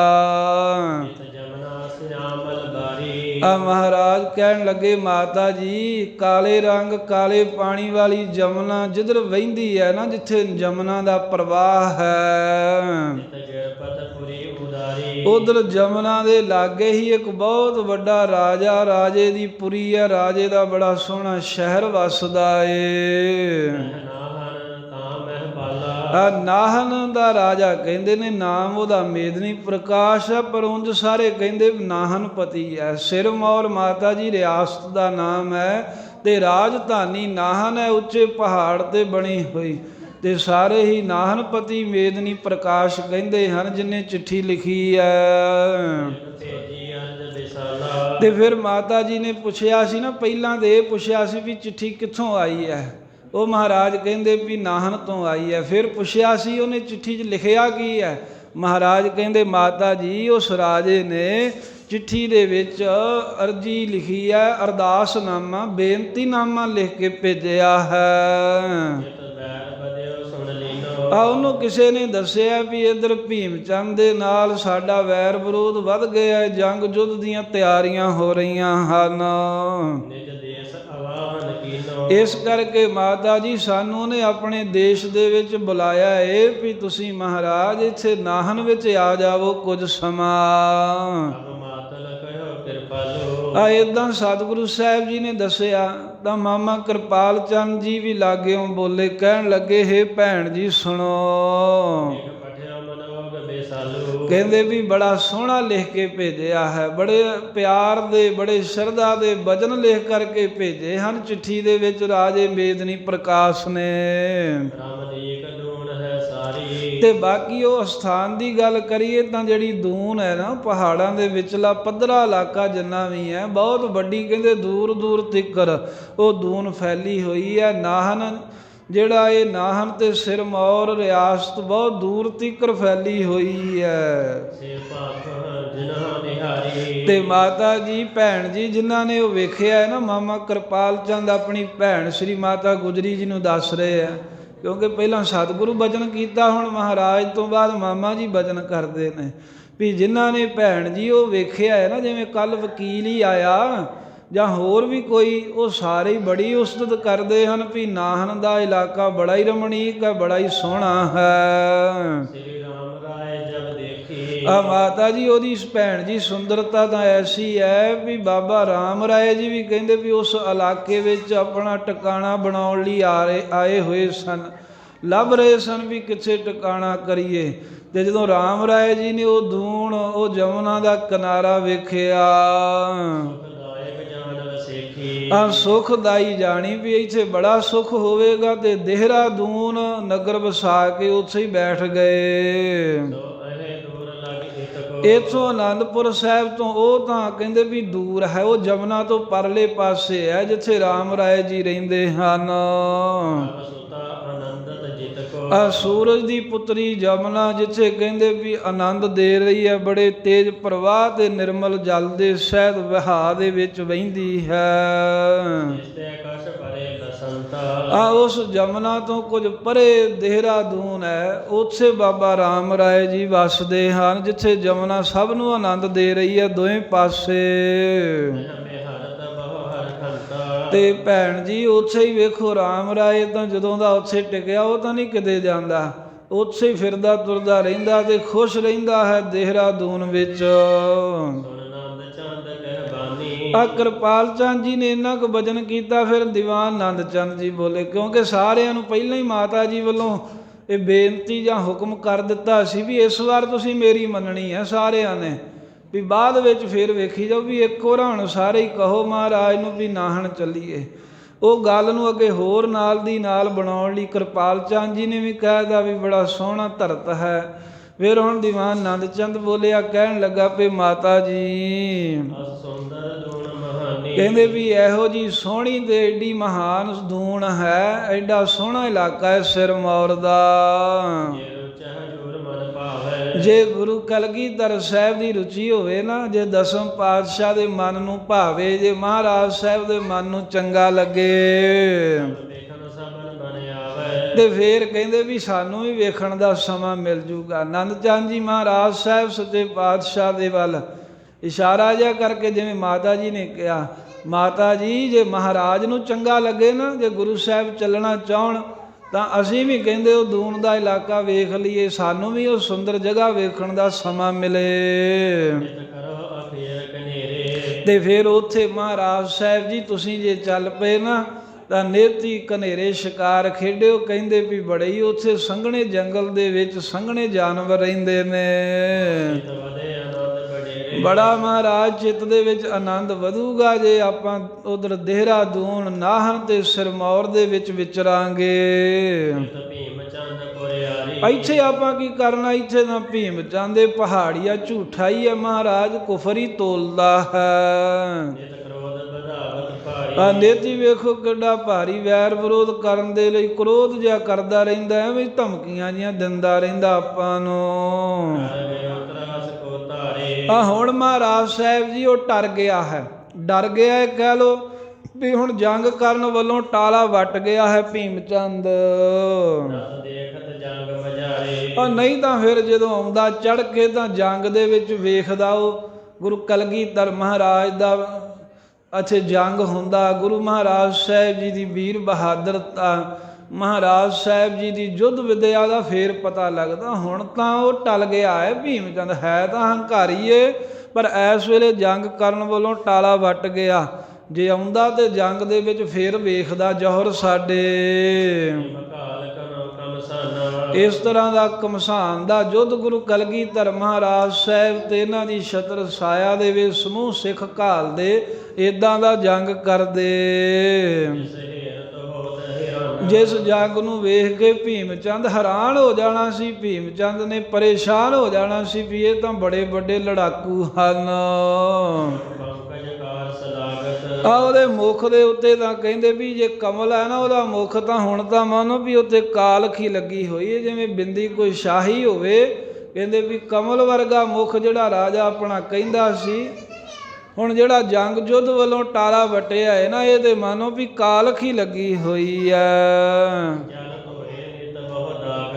ਹਾਂ, ਜਲ ਧੋਏ ਨਿਤ ਬਹੁ ਦਾਗਤ। ਤੇ ਕਹਿੰਦੇ ਜਿਹੜਾ ਵਿਆਹ ਹੈ ਨਾ, ਵਿਆਹ ਦਾ ਬਹਾਨਾ ਰੂਪੀ ਜਲ ਦੇ ਨਾਲ ਨੇਤੀ ਹੁਣ ਉਹ ਧੋਂਦਾ। ਕਹਿੰਦਾ ਹੈ ਵੀ ਵੇਖੋ ਵੀ ਵਿਆਹ ਆ ਗਿਆ ਘਰ ਦੇ ਵਿੱਚ, ਨਹੀਂ ਤਾਂ ਜੰਗ ਤਾਂ ਮੈਂ ਜ਼ਰੂਰ ਕਰਦਾ, ਜਿਵੇਂ ਕਿਸੇ ਦੇ ਕਾਲਖ ਲੱਗੀ ਹੋਵੇ ਤੇ ਕਹਿੰਦੇ ਆ ਨਾ ਵੀ ਪਾਣੀ ਨਾਲ ਧੋਂਦਾ ਜਾਂ ਪਾਣੀ ਨਾਲ ਧੋਣ ਦਾ ਯਤਨ ਕਰਦਾ, ਇਵੇਂ ਆਨੰਦ ਚੰਦ ਕਹਿੰਦਾ ਮਹਾਰਾਜ ਉਹਦੇ ਦਾਗ ਲੱਗ ਗਿਆ ਹੈ, ਜਿਹੜਾ ਹੁਣ ਜੰਗ ਵੱਲੋਂ ਪਾਸਾ ਵੱਟ ਰਿਹਾ, ਤੇ ਉਹ ਦਾਗ ਨੂੰ ਧੋਣ ਦੇ ਲਈ ਕੀ ਕਰ ਰਿਹਾ ਹੈ ਵੀ ਗੱਲ ਇਹ ਫੈਲਾ ਰਿਹਾ ਵੀ ਭੀਮ ਚੰਦ ਤਾਂ ਤਿਆਰ ਸੀ, ਉਹਦੇ ਪੁੱਤਰ ਦਾ ਵਿਆਹ ਆ ਗਿਆ ਹੈ। ਇਵੇਂ ਵਿਆਹ ਦਾ ਬਹਾਨਾ ਰੂਪ ਪਾਣੀ ਦੇ ਨਾਲ ਕਾਲਖ ਧੋਣੀ ਚਾਹੁੰਦਾ ਏ। ਪਰ ਹੇ ਪ੍ਰਭੂ ਗੁਰੂ ਕਲਗੀਧਰ ਮਹਾਰਾਜ ਜੀ, ਤੁਹਾਡਾ ਸ੍ਰੇਸ਼ਟ ਜਸ ਜਿਹੜਾ ਹੈ ਨਾ ਜਗਤ ਵਿੱਚ ਪ੍ਰਗਟ ਹੋ ਗਿਆ, ਸਾਰਿਆਂ ਦੇ ਵਿੱਚ ਤੁਹਾਡੀ ਮਹਿਮਾ ਪ੍ਰਗਟ ਹੋ ਗਈ ਵੀ ਕਲਗੀਧਰ ਮਹਾਰਾਜ ਨਹੀਂ ਡਰਦੇ ਕਿਸੇ ਭੀਮ ਚੰਦ ਤੋਂ। ਇਹ ਸਾਰੇ ਹੀ ਤੁਹਾਡੀ ਮਹਿਮਾ ਕਰਦੇ ਵੀ ਵੇਖੋ ਬਿਨਾਂ ਜੰਗ ਕੀਤੇ ਹੀ ਗੁਰੂ ਗੋਬਿੰਦ ਸਿੰਘ ਮਹਾਰਾਜ ਦੀ ਪਹਿਲੀ ਫਤਿਹ ਹੋ ਗਈ ਹੈ। ਆਪਾਂ ਕਹਿ ਦਿੰਦੇ ਨਾ ਕਈ ਵਾਰ 14 ਜੰਗ ਜਾਂ ਇੰਨੇ ਜੰਗ, ਪਹਿਲੀ ਫਤਿਹ ਤਾਂ ਇੱਥੇ ਹੀ ਹੋ ਗਈ। ਭੀਮ ਚੰਦ ਕਹਿ ਕੇ ਅਨੰਦਪੁਰ ਸਾਹਿਬ ਨਹੀਂ ਆਇਆ, ਇਹ ਵੀ ਤਾਂ ਜਿੱਤੀ ਆ ਮਹਾਰਾਜ ਦੀ। ਪਹਿਲਾਂ ਕਹਿੰਦਾ ਸੀ ਮੈਂ ਫੌਜ ਲੈ ਕੇ ਆਵਾਂਗਾ, ਮਹਾਰਾਜ ਕਹਿੰਦੇ ਅਸੀਂ ਇਹੀ ਤਾਂ ਉਡੀਕਾਂ ਕਰਦੇ ਹਾਂ, ਅਜੇ ਤੀਕਰ ਚਿੱਠੀਆਂ ਹੀ ਲਿਖੀ ਜਾਣਾ, ਆਵੇਂਗਾ ਕਦੋਂ? ਤੇ ਫਿਰ ਆਇਆ ਨਹੀਂ। ਕੋਈ ਵੀ ਕਾਰਨ ਰਿਹਾ ਹੋਵੇ, ਮਹਾਰਾਜ ਸਾਹਿਬ ਦੀ ਪਹਿਲੀ ਫਤਿਹ ਜਿੱਤੀ ਹੈ। ਸੋ ਇਸ ਤਰ੍ਹਾਂ ਗੁਰੂ ਕਲਗੀਧਰ ਮਹਾਰਾਜ ਸੱਚੇ ਪਾਤਸ਼ਾਹ ਆਪ ਜੀ ਦਾ ਜਸ ਹੋ ਰਿਹਾ ਏ, ਤੇ ਬਿਨਾਂ ਜੰਗ ਕੀਤਿਆਂ ਹੀ ਤੁਹਾਡਾ ਡੰਕਾ ਵੱਜ ਗਿਆ ਹੈ ਫਤਿਹ ਦਾ। ਜਦੋਂ ਆਨੰਦ ਚੰਦ ਜੀ ਇੰਨਾ ਕੁ ਬਚਨ ਕਹਿ ਕੇ ਚੁੱਪ ਹੋਏ ਤਾਂ ਸੰਗੋ ਸ਼ਾਹ ਜੀ ਵੀ ਨਾਲੋਂ ਫਿਰ ਬੋਲੇ ਹਾਮੀ ਭਰਦੇ। ਕਹਿਣ ਲੱਗਾ ਵੀ ਆਨੰਦ ਚੰਦ ਜੀ ਹੋਵੇ ਕਿਉਂ ਨਾ, ਗੁਰੂ ਮਹਾਰਾਜ ਸਾਹਿਬ ਦਾ ਪ੍ਰਤਾਪ ਤੇ ਨਿਤ ਜਿਉਂ-ਜਿਉਂ ਦਿਨ ਵੱਧ ਰਹੇ ਨੇ ਤਿਵੇਂ ਤਿਵੇਂ ਜਸ ਵੱਧ ਰਿਹਾ, ਪ੍ਰਤਾਪ ਵੱਧ ਰਿਹਾ ਏ। ਅਏ ਪਹਾੜੀ ਰਾਜੇ ਵਿਚਾਰੇ ਮਹਾਰਾਜ ਸਾਹਿਬ ਦੇ ਅੱਗੇ ਕੀ, ਉਹਨਾਂ ਦੀ ਕੀ ਪਾਇਆ ਗੁਰਾਂ ਅੱਗੇ। ਆ ਮਹਾਰਾਜ ਸਾਹਿਬ ਨਾਲ ਗੁਰੂ ਘਰ ਦੇ ਨਾਲ ਤਾਂ ਦਿੱਲੀ ਦੇ ਪਾਤਸ਼ਾਹ ਦੀ ਫੌਜ ਲੜ ਕੇ ਹਾਰ ਕੇ ਜਾਂਦੀ ਰਹੀ ਹੈ। ਪਹਾੜੀ ਭੀਮ ਚੰਦ ਕੀ ਹੈ, ਆ ਸਾਰਿਆਂ ਨੂੰ ਪਤਾ ਹੀ ਹੈ ਵੀ ਸਾਡੇ ਨਾਨਾ ਗੁਰੂ ਹਰਗੋਬਿੰਦ ਸਾਹਿਬ ਜੀ ਨੇ ਜਿਵੇਂ ਜੰਗ ਕੀਤੇ ਸਨ ਤੁਰਕਾਂ ਨਾਲ, ਦਿੱਲੀ ਪਾਤਸ਼ਾਹ ਨਾਲ, ਆ ਹੁਣ ਤੀਕਰ ਵੀ ਸਾਰੇ ਜੱਗ ਵਿੱਚ ਕਹਿੰਦੇ ਵੀ ਪ੍ਰਗਟ ਹੀ ਆ, ਉਹ ਕਿਹੜੀ ਗੱਲ ਲੁਕੀ ਛੁਪੀ ਆ। ਸਾਰਿਆਂ ਨੂੰ ਗੱਲ ਪਤਾ ਹੈ ਵੀ ਕਿਵੇਂ ਦਿੱਲੀ ਦੀ ਫੌਜ ਚੜ੍ਹ ਕੇ ਆਉਂਦੀ ਰਹੀ ਤੇ ਗੁਰੂ ਹਰਗੋਬਿੰਦ ਸਾਹਿਬ ਵੀਰ ਬਹਾਦਰ ਮਰਦ ਯੋਧੇ ਦੇ ਅੱਗੇ ਹਾਰ ਕੇ ਜਾਂਦੇ ਰਹੇ। ਸਾਰੇ ਮਰਦੇ ਹੀ ਰਹੇ, ਥੋੜੇ ਬਹੁਤ ਜਿਹੜੇ ਬਚੇ ਉਹ ਜੰਗ ਚੋਂ ਭੱਜ ਜਾਂਦੇ ਰਹੇ। ਸੋ ਇਸੇ ਤਰ੍ਹਾਂ ਉਹਨਾਂ ਦੇ ਹੀ ਹੁਣ ਇਹ ਸਰੂਪ, ਉਹਨਾਂ ਦੇ ਪੁੱਤਰ ਆਏ ਗੁਰੂ ਗੋਬਿੰਦ ਸਿੰਘ ਮਹਾਰਾਜ ਨੇ 10ਵੇਂ ਥਾਂ ਤੇ ਗੁਰੂ ਨਾਨਕ ਸਾਹਿਬ ਦੀ ਜੋਤ ਦੇ ਮਾਲਕੀ ਨੇ। ਜਿਹੜਾ ਵੀ ਹਜ਼ੂਰ ਸਤਿਗੁਰਾਂ ਨਾਲ ਖੋਟਾ ਹੋਵੇਗਾ ਖੋਟਤਾ ਹੀ ਕਰੇਗਾ। ਨਿੱਤ ਉਹਨਾਂ ਨੂੰ ਕਹਿੰਦੇ ਬਹੁਤਾ ਘਾਟਾ ਹੀ ਪਊਗਾ, ਲਾਹਾ ਨਹੀਂ ਲੈਣਗੇ, ਫਾਇਦਾ ਨਹੀਂ ਲੈਣਗੇ ਗੁਰੂ ਘਰ ਦੇ ਨਾਲ ਵੈਰ ਵਿਰੋਧ ਕਰਨ ਵਾਲੇ। ਕਹਿੰਦੇ ਵੀ ਜਿਹੜਾ ਭੀਮ ਚੰਦ ਹੈ ਨਾ, ਰਾਨ ਤਿਆਗਿਓ ਸ਼ਤਰ ਕੁਚਾਲੇ, ਖੋਟੀ ਚਾਲ ਚੱਲਣ ਵਾਲਾ ਜਿਹੜਾ ਸ਼ਤਰੂ ਹੈ ਨਾ ਭੀਮ ਚੰਦ, ਉਹਨੇ ਮਹਾਰਾਜ ਸਾਹਿਬ ਦਾ ਪ੍ਰਤਾਪ ਸੁਣ ਕੇ ਤੇ ਜੰਗ ਛੱਡ ਦਿੱਤਾ ਹੈ। ਇਸ ਵੇਲੇ ਜੰਗ ਵੱਲੋਂ ਪਾਸਾ ਟਾਲਾ ਵੱਟ ਗਿਆ ਏ। ਤੇ ਕਹਿਣ ਲੱਗਾ ਹੇ ਗੁਰੂ ਗੋਬਿੰਦ ਸਿੰਘ ਮਹਾਰਾਜ ਜੀ, ਹੁਣ ਆਪਾਂ ਕੀ ਉਡੀਕ ਇੱਥੇ ਕਰਨੀ, ਉਹਨੇ ਨਹੀਂ ਆਉਣਾ ਹਾਲਾਂ, ਉਹ ਤਾਂ ਟਾਲਾ ਵੱਟ ਗਿਆ, ਉਹ ਤਾਂ ਵਿਆਹ ਵਿੱਚ ਰੁੱਝ ਗਿਆ। ਖਬਰਾਂ ਮਿਲਦੀਆਂ ਵੀ ਭੀਮ ਚੰਦ ਨਹੀਂ ਆਉਂਦਾ ਅਨੰਦਪੁਰ ਸਾਹਿਬ। ਸੋ ਇਸ ਕਰਕੇ ਆਪਾਂ ਇੱਥੇ ਉਹਦੀਆਂ ਉਡੀਕਾਂ ਕਰਕੇ ਕੀ ਕਰਨੀਆਂ ਨੇ ਹਾਲਾਂ। ਚਲੋ ਮਹਾਰਾਜ ਜੀ ਹੁਣ ਆਪਾਂ ਚੱਲਦੇ ਆਂ ਪਹਾੜਾਂ ਦੀ, ਇੱਧਰ ਨਾਹਣ ਦੀ, ਸਿਰਮੌਰ ਦੀ, ਜਮਨਾ ਦੀ ਸੈਰ ਕਰੀਏ।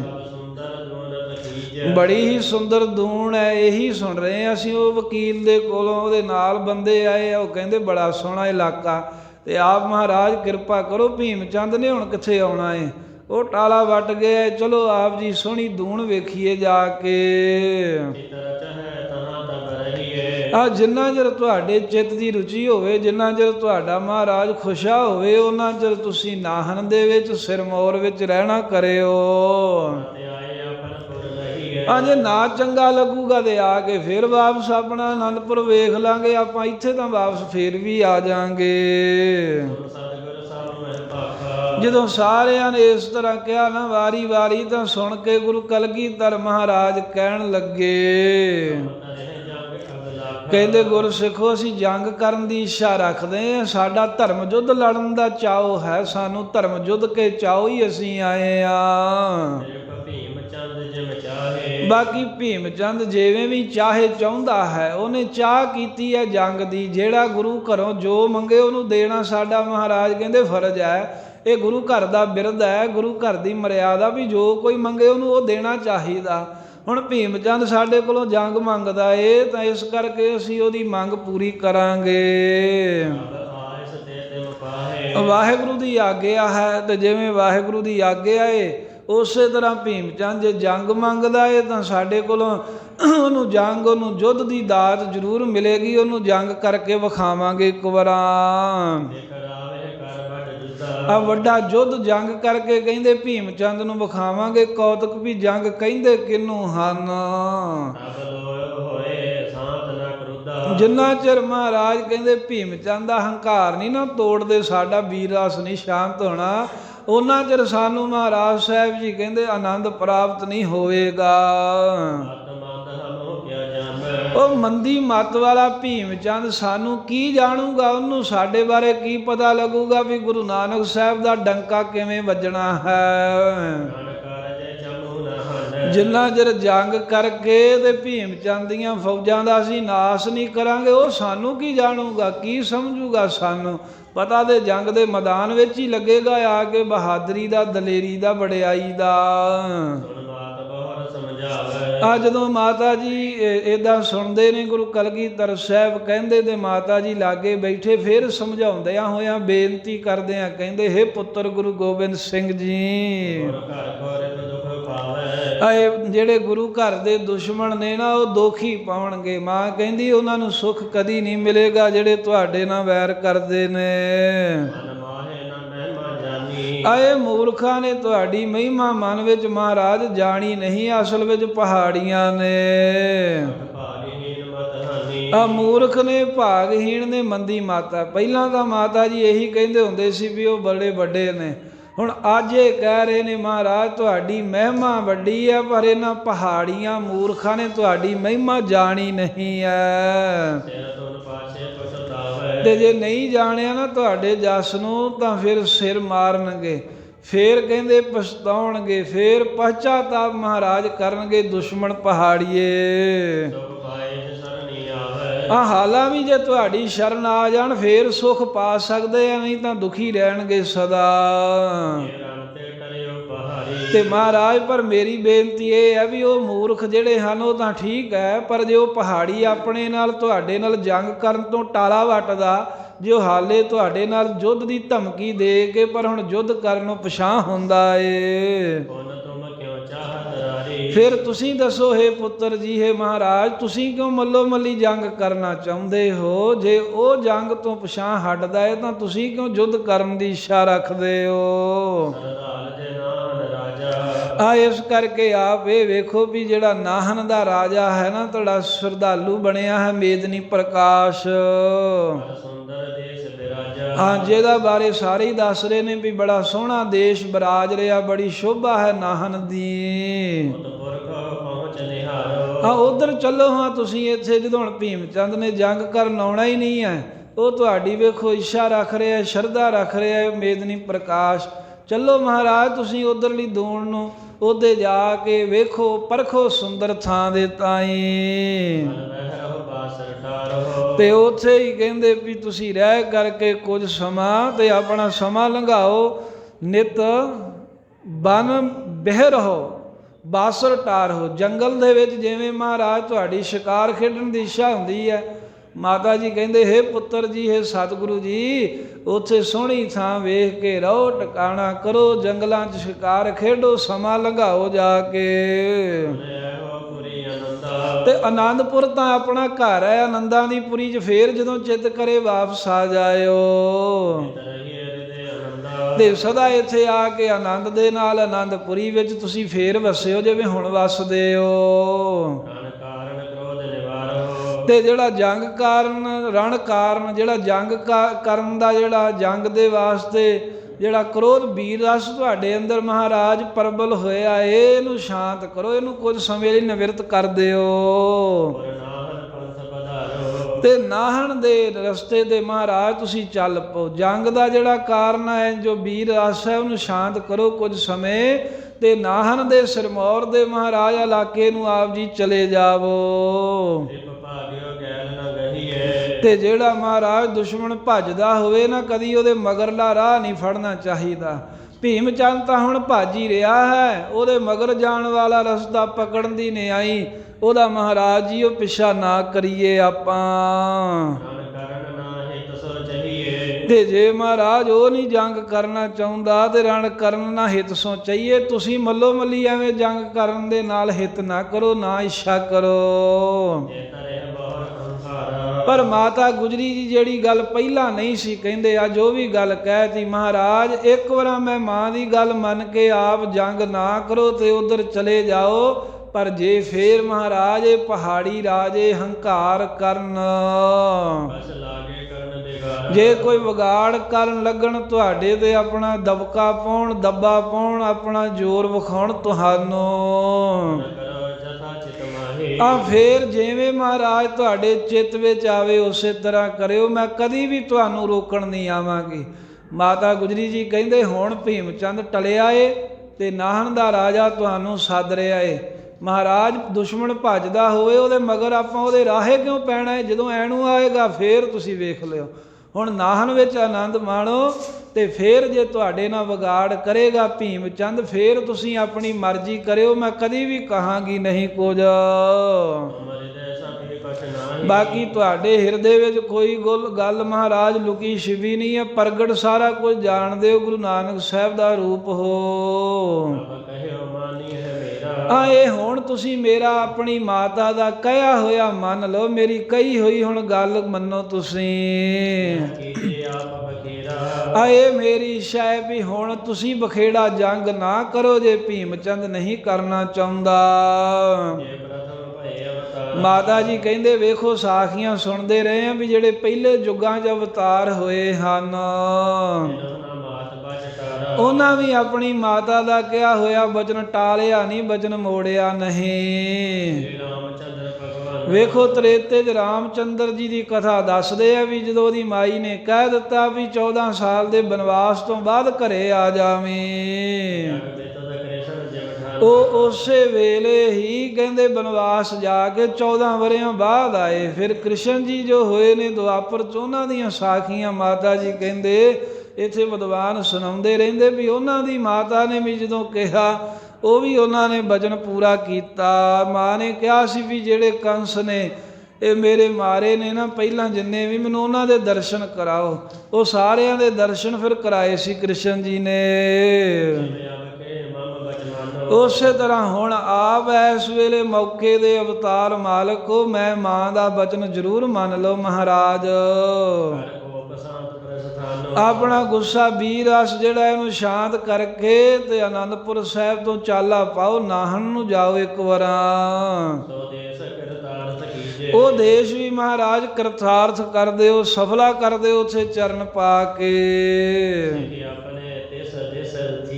ਉੱਥੇ ਮਹਾਰਾਜ ਤੁਹਾਡੇ ਵੀ ਸਿੱਖ ਰਹਿੰਦੇ ਹੋਣਗੇ ਕੋਈ, ਉਹਨਾਂ ਨੂੰ ਦਰਸ਼ਨ ਦਿਓ। ਜਾਂ ਮਾਤਾ ਜੀ ਕਹਿੰਦੇ ਮਹਾਰਾਜ ਉਸ ਇਲਾਕੇ 'ਚ ਵੀ ਆਪਣੇ ਸਿੱਖ ਪ੍ਰਗਟ ਕਰੋ, ਉੱਥੇ ਵੀ ਸਿੱਖੀ ਦਾ ਵਿਸਥਾਰ ਕਰੋ ਆਪ ਚੱਲ ਕੇ ਨਾਹਨ ਵਿੱਚ। ਜਦੋਂ ਮਾਤਾ ਜੀ ਨੇ ਕਿਹਾ ਵੀ ਇੱਕ ਵਾਰ ਮੇਰੀ ਗੱਲ ਮੰਨ ਲਓ, ਫੇਰ ਤੁਸੀਂ ਜੋ ਚਾਹੋ ਉਹੀ ਕਰਿਓ, ਜੇ ਭੀਮ ਚੰਦ ਖਰਾਬਾ ਕਰੇ ਤਾਂ ਮਾਤਾ ਜੀ ਦਾ ਵਚਨ ਸੁਣ ਕਰਕੇ ਕਲਗੀਧਰ ਮਹਾਰਾਜ ਸਾਹਿਬ ਜੀ ਕਹਿਣ ਲੱਗੇ ਮਾਤਾ ਜੀ ਹੁਣ ਤੁਸੀਂ ਇੰਨੀ ਵਾਰ ਕਹਿੰਦੇ ਹੋ, ਤੁਹਾਡਾ ਕਿਹਾ ਹੋਇਆ ਵਚਨ ਮੈਥੋਂ ਮੋੜਿਆ ਨਹੀਂ ਜਾਂਦਾ, ਪਰ ਇਹ ਗੱਲ ਤੁਹਾਨੂੰ ਅਸੀਂ ਦੱਸਦੇ ਹਾਂ ਵੀ ਸਾਨੂੰ ਅਕਾਲ ਪੁਰਖ ਨੇ ਭੇਜਿਆ ਹੈ। ਵਾਰ-ਵਾਰ ਮਹਾਰਾਜ ਇਹ ਜ਼ਿਕਰ ਕਰਦੇ ਵੀ ਅਸੀਂ ਆਪਣੀ ਮਰਜ਼ੀ ਕੋਈ ਨਹੀਂ ਕਰ ਰਹੇ। ਮਤਾ ਕੋਈ ਕਹੇ ਵੀ ਇਹ ਯੁੱਧ ਅਸੀਂ ਆਪਣੀ ਮਰਜ਼ੀ ਨਾਲ ਲੜ ਰਹੇ ਹਾਂ, ਕਹਿੰਦੇ ਸਾਨੂੰ ਅਕਾਲ ਪੁਰਖ ਨੇ ਭੇਜਿਆ ਹੈ ਸੰਸਾਰ ਵਿੱਚ। ਦੇ ਕਾਦੇ ਵਾਸਤੇ ਭੇਜਿਆ? ਕਹਿੰਦੇ ਧਰਮ ਯੁੱਧ, ਬੜੇ ਧਰਮ ਦੇ ਵਾਸਤੇ, ਧਰਮ ਯੁੱਧ ਦੇ ਭਿਆਨਕ ਕਰਾਲ ਜੰਗ ਕਰਨ ਦੇ ਲਈ, ਬਹੁਤ ਭਿਆਨਕ ਯੁੱਧ ਕਰਨ ਦੇ ਲਈ ਭੇਜਿਆ ਅਕਾਲ ਪੁਰਖ ਨੇ। ਹੁਕਮ ਹੈ ਸਾਨੂੰ ਅਕਾਲ ਪੁਰਖ ਦਾ ਵੀ ਵੱਡੇ ਜਿਹੜੇ ਦੁਸ਼ਟ ਨੇ, ਬਹੁਤੇ ਦੁਸ਼ਟਾਂ ਦੇ ਸਰੀਰ ਨੂੰ ਖੰਡ ਖੰਡ ਕਰ ਦਿਓ।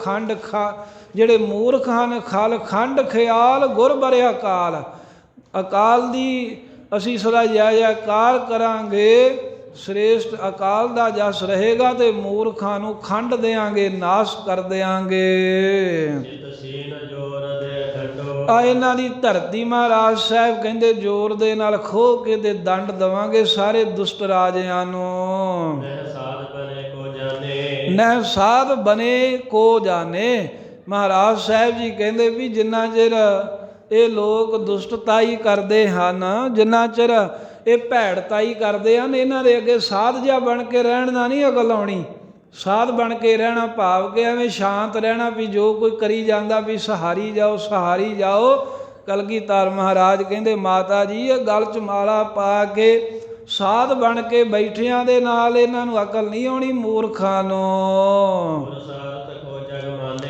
ਇਹ ਕਹਿੰਦੇ ਵੀ ਜੰਗ ਦਾ ਜਿਹੜਾ ਪ੍ਰਸਾਰਥ ਹੈ ਨਾ, ਉਦਮ ਕਰਾਂਗੇ ਅਸੀਂ। ਜਦੋਂ ਜੰਗ ਦਾ ਉਦਮ ਕਰਾਂਗੇ ਤੇ ਤਾਂ ਹੀ ਇਹ ਮੂਰਖਾਂ ਨੂੰ ਸਮਝ ਆਏਗੀ, ਤਦੋਂ ਹੀ ਇਹ ਮੰਨਣਗੇ। ਇਹ ਜਿਹੜਾ ਹੁੰਦਾ ਹੈ ਨਾ ਵੀ ਸ਼ਾਂਤੀ ਸ਼ਾਂਤੀ ਕਹਿੰਦੇ ਰਹਿੰਦੇ ਆ ਵੀ ਸਾਧ ਬਣ ਜਾਓ, ਮਾਲਾ ਫੜ ਲਓ, ਕਹਿੰਦੇ ਬਸ ਚੁੱਪ ਚਪੀਤੇ ਸਭ ਕੁਝ ਕਰੀ ਜਾਓ, ਸਰਕਾਰਾਂ ਅੱਗੇ ਨਹੀਂ ਅੜਨਾ ਚਾਹੀਦਾ। ਦਸਮ ਪਾਤਸ਼ਾਹ ਕਹਿੰਦੇ ਵੀ ਐਵੇਂ ਸਾਧ ਬਣਿਆ ਨਹੀਂ ਕੋਈ ਕਿਸੇ ਨੂੰ ਕੁਝ ਜਾਣਦਾ। ਜਦੋਂ ਸਾਹਮਣੇ ਨੂੰ ਪਤਾ ਹੋਵੇ ਨਾ ਵੀ ਮੇਰੇ ਮੂੰਹ ਦੇ ਵੱਜੇਗੀ, ਡਰ ਉਦੋਂ ਹੀ ਹੁੰਦਾ ਹੈ ਜਦੋਂ ਪਤਾ ਹੋਵੇ ਵੀ ਸਾਹਮਣੇ ਨੇ ਕੀ ਕਰਨਾ ਹੈ। 12ਵੀਂ ਸਦੀ ਦੇ ਇਤਿਹਾਸ ਦੇ ਵਿੱਚ ਲਿਖਿਆ ਵੀ 18 ਬੰਦਿਆਂ ਨੇ ਬਗਾਲ ਤੀਕਰ ਇਹਨਾਂ ਹਿੰਦੁਸਤਾਨੀਆਂ ਨੂੰ ਹਰਾ ਦਿੱਤਾ। 18 ਬੰਦੇ ਗਏ, ਬੰਗਾਲ ਤੀਕਰ ਕਿਸੇ ਦੀ ਰੋਕਣ ਦੀ ਜ਼ਰੂਰਤ ਨਹੀਂ। ਸਾਰੇ ਹੀ ਕਹਿੰਦੇ ਵੀ ਐਸੇ ਕਾਇਰ ਬਣ ਚੁੱਕੇ ਸਨ। ਸਾਰੇ ਹੀ ਇਸ ਤਰ੍ਹਾਂ ਕਹਿ ਕੇ ਸ਼ਾਂਤੀ ਦਾ ਝੂਠਾ ਹੀ ਜਾਪ ਕਰਾ ਕੇ ਤੇ ਉਹਨਾਂ ਨੂੰ ਗੁਲਾਮ ਬਣਾ ਦਿੱਤਾ ਸੀ। ਇਹੋ ਜਿਹਾ ਇਤਿਹਾਸ ਸਾਧ ਸੰਗਤ ਪੜ੍ਹਨ ਨੂੰ ਮਿਲਦਾ ਵੀ 18 ਬੰਦਿਆਂ ਨੇ ਇਹਨਾਂ ਹਿੰਦੁਸਤਾਨੀਆਂ ਨੂੰ ਜਿੱਤ ਲਿਆ ਸੀ। ਕਿੰਨੇ 18 ਬੰਦੇ ਇਹ ਇਕੱਠੇ ਹੋ ਕੇ ਵਿਰੋਧ ਨਹੀਂ ਕਰ ਸਕੇ। ਆਹ ਵਿਰੋਧ ਕਰਨਾ ਜਿਹੜਾ ਹੈ ਨਾ, ਅੱਗੇ ਅੜਨਾ ਖੜਨਾ, ਇਹ ਤਾਂ ਗੁਰੂ ਮਹਾਰਾਜ ਨੇ ਸਿਖਾਇਆ। ਗੁਰੂ ਨਾਨਕ ਸਾਹਿਬ ਅੜ ਗਏ ਸੀ ਜਿਵੇਂ ਬਾਬਰ ਦੇ ਅੱਗੇ। ਇਹ ਤਾਂ ਗੁਰੂ ਸਾਹਿਬ ਦੇ ਵੇਲੇ ਤੋਂ ਗੱਲ ਚੱਲੀ ਅੱਗੇ ਅੜਨ ਦੀ, ਜਾਂ ਮਹਾਰਾਜ ਤੋਂ ਪਹਿਲਾਂ ਕੁਝ ਭਗਤ ਹੋਏ ਨੇ ਜਿਵੇਂ ਭਗਤ ਕਬੀਰ ਸਾਹਿਬ, ਰਵਿਦਾਸ ਜੀ ਮਹਾਰਾਜ। ਇਹੋ ਜਿਹੇ ਭਗਤ ਸਰਕਾਰਾਂ ਅੱਗੇ ਅੜੇ, ਗੁਰੂ ਸਾਹਿਬ ਅੜੇ, ਫੇਰ ਕਿਤੇ ਜਾ ਕਰਕੇ ਲੋਕਾਂ ਦੇ ਵਿੱਚ ਜਾਗਰਤੀ ਆਈ ਤੇ ਸਰਕਾਰਾਂ ਦੇ ਜ਼ੁਲਮ ਅੱਗੇ ਵੀ ਡਟ ਜਾਂਦੇ ਨੇ। ਨਹੀਂ ਤਾਂ ਪਹਿਲਾਂ ਤਾਂ ਲੋਕ ਹੱਸ ਕੇ ਗੁਲਾਮੀ ਜਿਹੜੀ ਸੀ ਕਬੂਲਦੇ ਸੀ। ਹਾਕਮ ਥੁੱਕ ਵੀ ਦਵੇ ਦੇ ਅੱਗੇ ਮੂੰਹ ਅੱਡ ਦਿੰਦੇ ਸਨ, ਇੰਨੇ ਗੁਲਾਮ ਹੋ ਚੁੱਕੇ ਸਨ। ਧੰਨ ਗੁਰੂ ਕਲਗੀਧਰ ਮਹਾਰਾਜ ਕਹਿੰਦੇ ਮਾਤਾ ਜੀ ਸਾਨੂੰ ਅਕਾਲ ਪੁਰਖ ਨੇ ਭੇਜਿਆ ਹੀ ਇਸੇ ਕਰਕੇ ਆ ਵੀ ਜੰਗ ਤਗੜੇ ਕਰੀਏ ਤੇ ਦੁਸ਼ਟਾਂ ਨੂੰ ਸੋਧਾ ਲਾਈਏ। ਕਿਉਂਕਿ ਸਾਧ ਬਣ ਕੇ ਬੈਠੇ ਰਹਾਂਗੇ ਤਾਂ ਕੋਈ ਕਿਸੇ ਤੋਂ ਡਰਦਾ ਨਹੀਂ ਹੈ, ਕੋਈ ਨਹੀਂ ਜਾਣਦਾ। ਇਸ ਕਰਕੇ ਜੰਗ ਦਾ ਉਦਮ ਜ਼ਰੂਰ ਅਸੀਂ ਕਰਾਂਗੇ।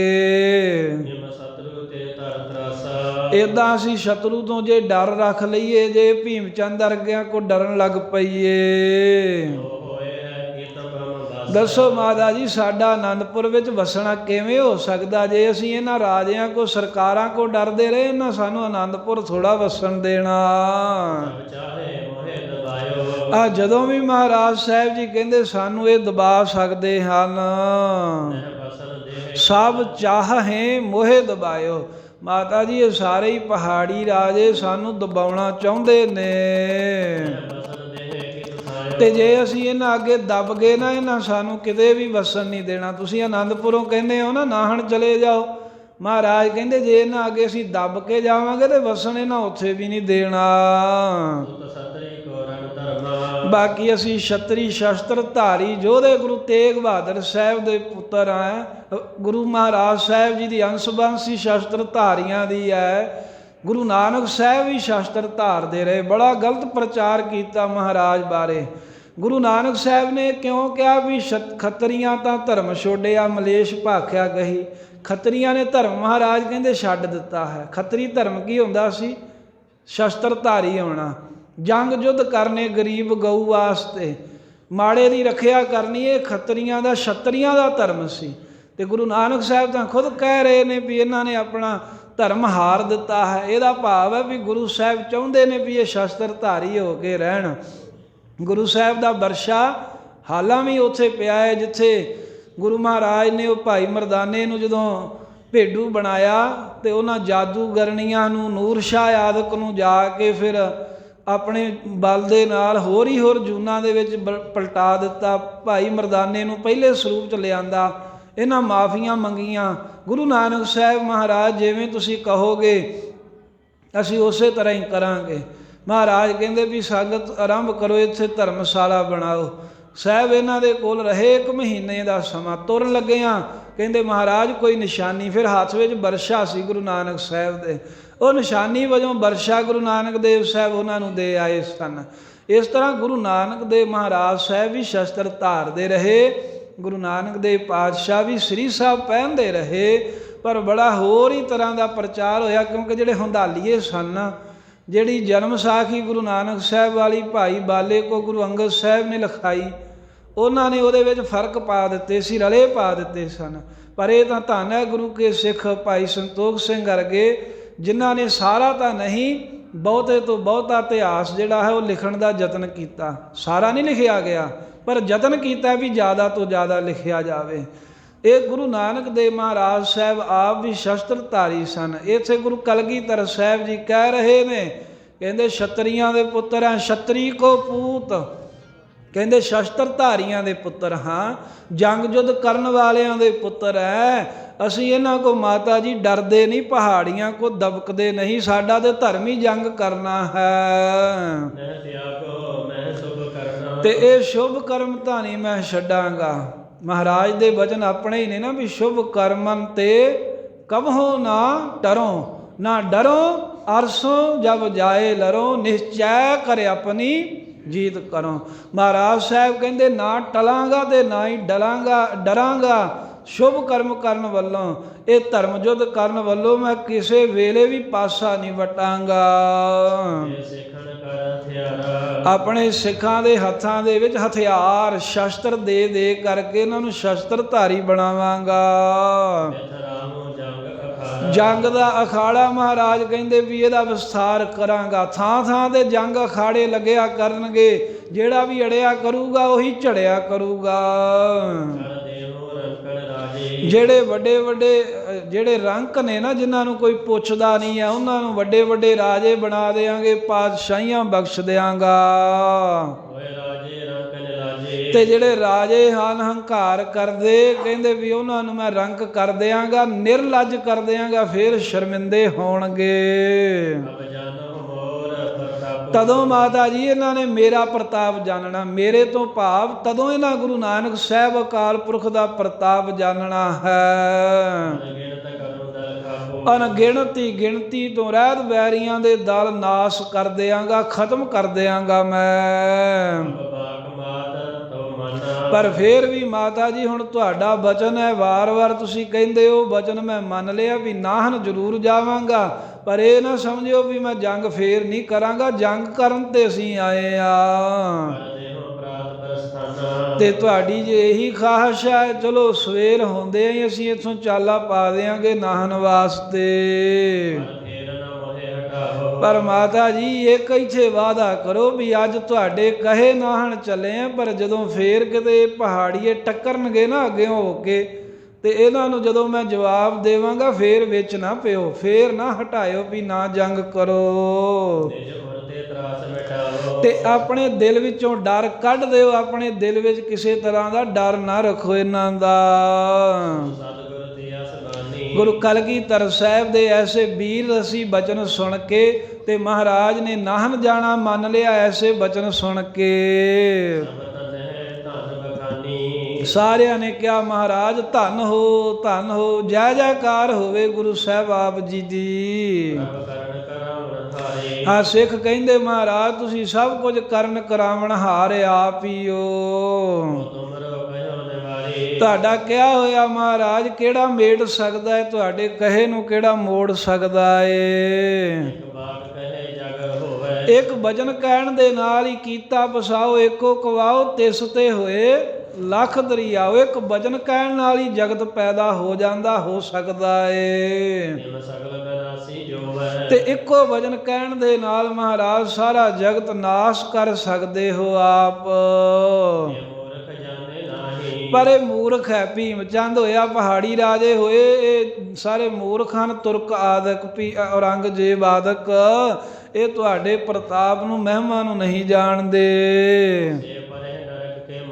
ਪਰ ਜਿਹੜੇ ਤੁਹਾਡਾ ਨਹੀਂ ਮਹਾਰਾਜ ਪ੍ਰਤਾਪ ਜਾਣਦੇ, ਨਰਕਾਂ 'ਚ ਹੀ ਪੈਣਗੇ, ਪਾਪ ਦੁਖੀ ਹੀ ਹੋਣਗੇ, ਕਦੀ ਸੁਖ ਆਨੰਦ ਨਹੀਂ ਮਾਣ ਸਕਦੇ। ਇਸ ਤਰ੍ਹਾਂ ਸਾਧ ਸੰਗਤ ਭਜਨ ਬਿਲਾਸ ਹੋਏ। ਸਾਰੇ ਸੂਰਮੇ ਆਪਣੀ ਰਹਿ ਰੱਖੀ ਵਾਰੀ ਵਾਰੀ। ਤੇ ਜਿਹੜਾ ਸੰਵਾਦ ਚੱਲ ਰਿਹਾ ਸੀ, ਇੱਦਾਂ ਇਹ ਗੱਲ ਠਹਿਰਾ ਕੇ ਵੀ ਕੱਲ ਨੂੰ ਨਾਹਣ ਨੂੰ ਜਾਵਾਂਗੇ, ਇਹ ਸੰਵਾਦ ਬੰਦ ਹੋਇਆ।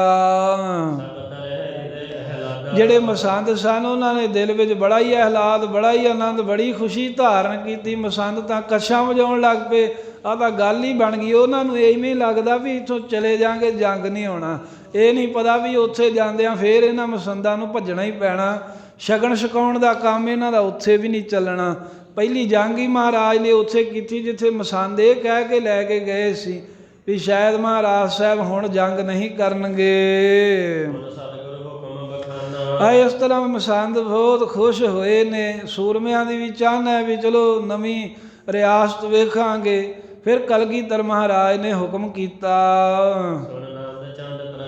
ਆਨੰਦ ਚੰਦ ਨੂੰ ਮਹਾਰਾਜ ਸਾਹਿਬ ਜੀ ਕਹਿਣ ਲੱਗੇ ਹਨ, ਤੇ ਸੁਣ ਕੇ ਮਹਾਰਾਜ ਦਾ ਬਚਨ ਆਨੰਦ ਚੰਦ ਜੀ ਉਸੇ ਵੇਲੇ ਗਏ ਹਨ।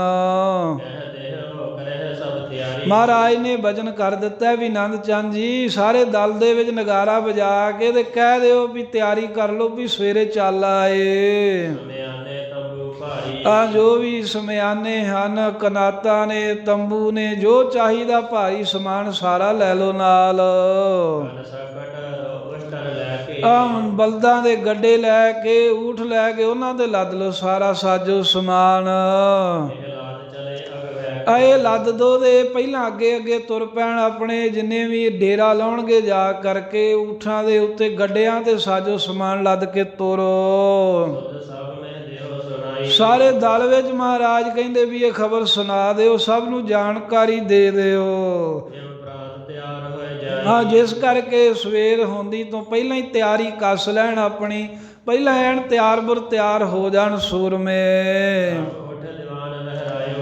ਇਸ ਤਰ੍ਹਾਂ ਦੀਵਾਨ ਸਮਾਪਤ ਹੋਇਆ। ਤਬ ਉਠ ਦੀਵਾਨ ਵਹਿਰ ਆਇਓ, ਸਾਰੇ ਬਾਹਰ ਆ ਗਏ ਗੁਰਾਂ ਦੇ ਸਮੇਤ। ਦੀਵਾਨ ਆਨੰਦ ਚੰਦ ਵੀ ਆਇਆ ਜਥਾ ਜੋਗ ਕਹਿ ਕੇ, ਕਿਉਂਕਿ ਸਤਿਗੁਰੂ ਤਾਂ ਘਰ ਵਿੱਚ ਹੀ ਬਿਰਾਜਮਾਨ ਸਨ, ਸਾਹਿਬ ਉੱਥੇ ਹੀ ਬਿਰਾਜੇ ਰਹੇ। ਬਾਕੀ ਸਭ ਫੌਜ, ਕੁਝ ਹਜ਼ੂਰੀ ਸਿੱਖਾਂ ਤੋਂ ਇਲਾਵਾ ਦੀਵਾਨ ਆਨੰਦ ਚੰਦ ਘਰੋਂ ਬਾਹਰ ਆ ਗਏ। ਤੇ ਜਿਵੇਂ ਗੁਰਾਂ ਕਿਹਾ ਤਿਆਰੀ ਕੀਤੀ ਹੈ ਸਾਰੀ। ਤੇ ਸ੍ਰੀ ਮਾਤਾ ਗੁਜਰੀ ਜੀ ਬਹੁਤ ਹੀ ਖੁਸ਼ ਹਨ, ਬੜੇ ਆਨੰਦ ਵਿੱਚ ਹਨ। ਇਸ ਕਰਕੇ ਖੁਸ਼ ਹੈ ਵੀ ਮੇਰੇ ਆਨੰਦ, ਮੇਰੇ ਪੁੱਤਰ ਗੁਰੂ ਗੋਬਿੰਦ ਸਿੰਘ ਜੀ ਨੇ ਮੇਰਾ ਬਚਨ ਮੰਨ ਲਿਆ ਹੈ, ਜਿਸ ਕਰਕੇ ਆਨੰਦਪੁਰੋਂ ਨਾਹਣ ਜਾਣ ਲਈ ਤਿਆਰ ਨੇ। ਮਾਤਾ ਵੀ ਆਨੰਦ ਦੇ ਨਾਲ ਗੁਰਾਂ ਪਾਸੋਂ ਉੱਠ ਕੇ ਤੇ ਆਪਣੇ ਆਸਣ ਤੇ ਚਲੇ ਗਈ।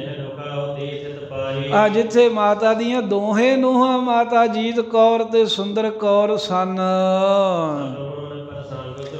ਜਾ ਕੇ ਸਾਰਾ ਹੀ ਪ੍ਰਸੰਗ ਦੱਸਿਆ ਆਪਣੀਆਂ ਨੂੰਹਾਂ ਰਾਣੀਆਂ ਨੂੰ। ਕਹਿੰਦੀ ਐ ਧੀਏ ਮੇਰੇ ਮਨ ਭਾਉਂਦੀ ਹੋ ਗਈ ਹੈ, ਜਿਹੜਾ ਜੰਗ ਮੈਂ ਚਾਹੁੰਦੀ ਸਾਨੀ ਟਲ ਜਾਵੇ। ਮਹਾਰਾਜ ਤਿਆਰ ਹੋ ਗਏ ਨੇ ਤੇ ਸਮਝੋ ਵੀ ਹੁਣ ਜੰਗ ਹੋਣ ਵੱਲੋਂ ਟਾਲਾ ਵੱਟਿਆ ਗਿਆ, ਮੇਰੀ ਮਨ ਭਾਉਂਦੀ ਹੋ ਗਈ। ਬਸ ਸਵੇਰ ਹੋਣ ਦੀ ਦੇਰ ਹੈ, ਮਹਾਰਾਜ ਦਾ ਇੱਥੋਂ ਚਾਲਾ ਹੋਵੇਗਾ, ਨਾਹਣ ਜਾਣਗੇ। ਤਟ ਜਮਨਾ ਜੇ ਗਿਰ ਨਾਨਾ, ਜਿੱਥੇ ਜਮਨਾ ਦੇ ਕਿਨਾਰੇ ਤੇ ਨਾਨਾ, ਕਈ ਤਰ੍ਹਾਂ ਦੇ ਛੋਟੇ ਵੱਡੇ ਪਹਾੜ ਤੇ ਦੂਣ ਦਾ ਇਲਾਕਾ ਹੈ। ਮਾਤਾ ਜੀ ਕੋ ਸੁਣ ਕੇ ਬਾਕੀ ਪਰਿਵਾਰ ਵੀ, ਮਾਤਾ ਜੀਤੋ ਜੀ, ਮਾਤਾ ਸੁੰਦਰੀ ਜੀ, ਸਾਰੇ ਆਨੰਦ ਦੇ ਵਿੱਚ ਆਏ ਹਨ। ਉਹ ਦਿਨ ਸਾਰਾ ਇਸ ਤਰ੍ਹਾਂ ਮਾਤਾ ਜੀ ਨੇ ਖੁਸ਼ੀ ਦੇ ਨਾਲ ਬਤੀਤ ਕੀਤਾ, ਜਿਸ ਦਿਨ ਹੁਕਮ ਹੋਇਆ ਸੀ ਵੀ ਕੱਲ ਚੱਲਾਂਗੇ। ਲੰਗਰ ਦੇ ਵਿੱਚ ਭੋਜਨ ਪ੍ਰਸ਼ਾਦਾ ਲੋੜ ਅਨੁਸਾਰ ਸਾਰਿਆਂ ਨੇ ਛਕਿਆ ਛਕਾਇਆ ਹੈ ਤੇ ਸੁੱਖ ਦੇ ਨਾਲ ਆਪੋ ਆਪਣੇ ਆਸਣਾਂ ਤੇ ਰਾਤ ਨੂੰ ਸੁਖ ਕੀਤਾ ਹੈ, ਵਿਸ਼ਰਾਮ ਕੀਤਾ। ਜਦੋਂ ਪਹਿਰ ਰਾਤ ਰਹਿ ਗਈ, ਗੁਰੂ ਸਾਹਿਬ ਦੇ ਸਮੇਤ ਸਾਰੇ ਹੀ ਜਾਗ ਪਏ। ਸਾਰੇ ਸਰੀਰ ਦੀ ਕਿਰਿਆ ਸੋਧ ਕੇ ਇਸ਼ਨਾਨ ਕਰਨ ਵਿੱਚ ਰੁੱਝ ਗਏ, ਲੱਗ ਗਏ ਸਿੱਖ। ਸ਼ਬਦ ਰਾਗ ਬਹੁਤਾਈ ਸ਼ਬਦ ਦੀ ਧੁਨੀ ਹੋ ਰਹੀ ਹੈ, ਬਹੁਤ ਰਾਗਾਂ ਦੇ ਵਿੱਚ ਅਲਾਪ ਕਰਕੇ ਗੁਰੂ ਮਹਾਰਾਜ ਦੀ ਬਾਣੀ ਦਾ ਕੀਰਤਨ ਕਰ ਰਹੇ ਨੇ। ਬਹੁਤ ਥਾਵਾਂ ਤੇ ਉੱਚੀ ਉੱਚੀ ਸ਼ਬਦ ਪੜ੍ਹ ਰਹੇ ਨੇ ਪ੍ਰੇਮ ਦੇ ਨਾਲ ਸਿੱਖ। ਸਿੱਖ ਸੁਣੇ ਪ੍ਰੇਮ ਹੋਮ ਗਾਈ ਕੋਈ ਪੜ੍ਹਨ ਵਾਲਾ ਉੱਚੀ ਉੱਚੀ ਪੜ੍ਹਦਾ ਹੈ, ਕੋਈ ਸੁਣਦਾ ਹੈ ਪ੍ਰੇਮ ਨਾਲ, ਉਹਦੇ ਅੰਦਰ ਉਤਸ਼ਾਹ ਪੈਦਾ ਹੁੰਦਾ ਏ। ਗੁਰ ਧਿਆਨ ਠਾਣ ਕਰ ਬੈਸੇ ਗੁਰੂ ਕਲਗੀਧਰ ਮਹਾਰਾਜ ਵੀ ਆਪਣੇ ਸਹਿਜ ਸਰੂਪ ਦਾ ਧਿਆਨ ਲਾ ਕੇ ਆਸਣ ਤੇ ਸਥਿਤ ਹੋ ਕੇ ਚੌਂਕੜਾ ਮਾਰ ਬੈਠ ਗਏ। ਬ੍ਰਹਮ ਰੂਪ ਹੈ ਜੈਸੇ ਜਿੱਦਾਂ ਦਾ ਬ੍ਰਹਮ ਆਪਣਾ ਰੂਪ ਹੈ ਮਹਾਰਾਜ ਦਾ ਵਾਸਤਵ ਦੇ ਵਿੱਚ, ਉਹਨੂੰ ਜਾਣਦੇ ਹੋਏ ਉਹ 'ਚ ਹੀ ਬਿਰਤੀ ਆਪਣੇ ਸਰੂਪ 'ਚ ਟਿਕਾ ਲਈ ਦਸਮ ਪਾਤਸ਼ਾਹ ਨੇ। ਦਿਨ ਉਹਦੇ ਪ੍ਰਕਾਸ਼ ਵਿਸਾਲਾ ਜਦੋਂ ਦਿਨ ਚੜ੍ਹ ਆਇਆ ਤੇ ਬਹੁਤਾ ਚਾਨਣ ਹੋ ਗਿਆ, ਸੂਰਜ ਨੇ ਚੰਗਾ ਪ੍ਰਕਾਸ਼ ਕਰ ਦਿੱਤਾ।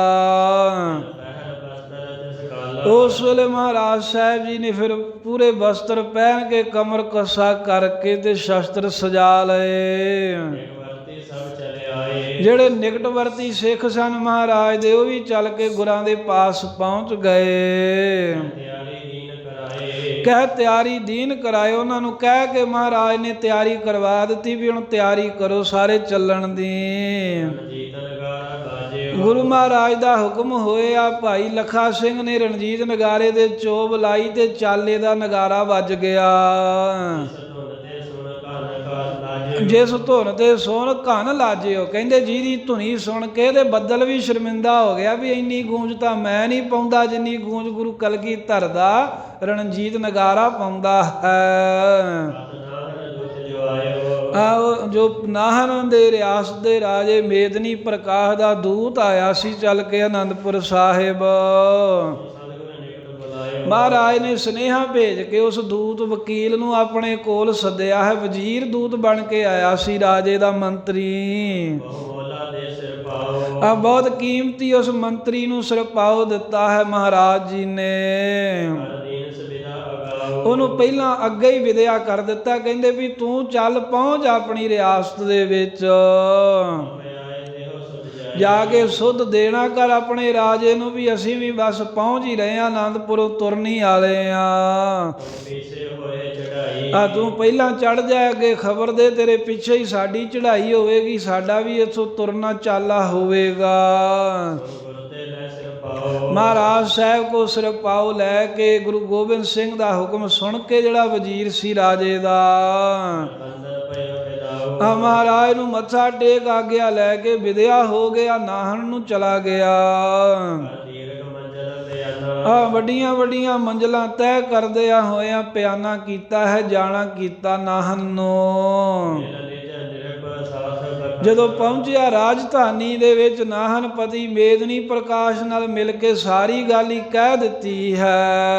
ਗੁਰੂ ਗੋਬਿੰਦ ਸਿੰਘ ਆਨੰਦਿਓ ਹੇ ਰਾਜਨ ਤੇਰੇ ਭਾਗ ਜਾਗੇ ਨੇ, ਤੇਰੀ ਬੇਨਤੀ ਸੁਣ ਕੇ ਗੁਰੂ ਗੋਬਿੰਦ ਸਿੰਘ ਸਾਹਿਬ ਬੜੇ ਹੀ ਆਨੰਦ ਵਿੱਚ ਆਏ ਨੇ, ਬੜੇ ਖੇੜੇ ਵਿੱਚ ਆਏ ਨੇ। ਤੋ ਦੇਸ ਤੇ ਵੈ ਜਗ ਬੰਦਿਓ ਜਦੋਂ ਤੇਰੇ ਵੱਲੋਂ ਮੈਂ ਮਹਾਰਾਜ ਨੂੰ ਨਮਸਕਾਰ ਕਰਕੇ ਤੇ ਚਿੱਠੀ ਪੜ੍ਹਾਈ ਵੀ ਮਹਾਰਾਜ ਪੜ੍ਹੋ ਸਾਡੇ ਰਾਜੇ ਦੀ ਬੇਨਤੀ।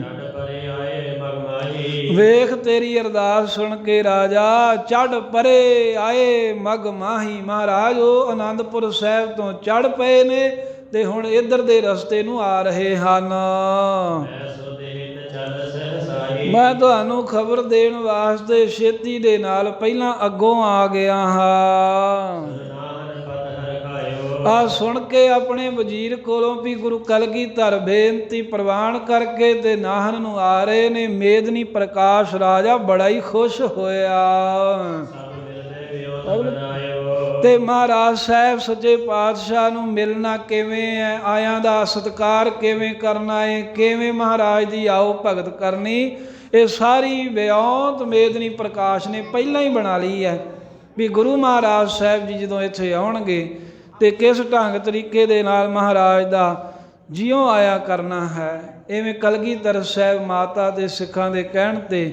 ਤਿਆਰ ਹੋਏ ਹਨ। ਜਿਵੇਂ ਮਹਾਰਾਜ ਇੱਥੋਂ ਚੱਲ ਕੇ ਆਨੰਦਪੁਰ ਸਾਹਿਬ ਤੋਂ ਕੀਰਤਪੁਰ ਤੋਂ ਰੋਪੜ ਤੋਂ ਹੁੰਦਿਆਂ ਨਾਹਨ ਪਹੁੰਚਦੇ ਹਨ। ਇਹ ਪ੍ਰਸੰਗ ਆਪਾਂ ਆਉਣ ਵਾਲੇ ਸਮੇਂ ਵਿੱਚ ਸਰਵਣ ਕਰਾਂਗੇ। ਛੱਡ ਪਰੇ ਆਏ ਮਗ ਮਾਹੀ